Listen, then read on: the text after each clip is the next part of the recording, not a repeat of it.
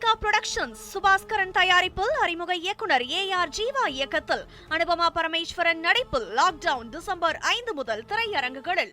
சிவகங்கை அருகே அரசு பேருந்துகள் மோதிக்கொண்ட கோர விபத்தில் உயிரிழந்த 11 பேரின் குடும்பத்தினருக்கு தலா 3 லட்சம் ரூபாய் நிவாரணம் அறிவிக்கப்பட்டுள்ளது.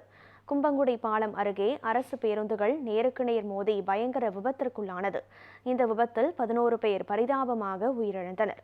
காயமடைந்த பலர் மீட்கப்பட்டு மருத்துவமனைக்கு சிகிச்சைக்காக அனுப்பி வைக்கப்பட்டனர். இந்நிலையில் உயிரிழந்தவர்களுக்கு இரங்கல் தெரிவித்துள்ள முதலமைச்சர் ஸ்டாலின் குடும்பத்தினருக்கு ஆறுதல் கூறியுள்ளார். மேலும் காயமடைந்தவர்களுக்கு உரிய சிகிச்சை அளிக்க அறிவுறுத்தல் வழங்கியுள்ளதாக தெரிவித்துள்ளார். இந்த கோர விபத்தில் உயிரிழந்த 11 பேரின் குடும்பத்தினருக்கு தலா 3 லட்சம் ரூபாய் நிவாரணம் வழங்கப்படும் என தமிழக அரசு அறிவித்துள்ளது.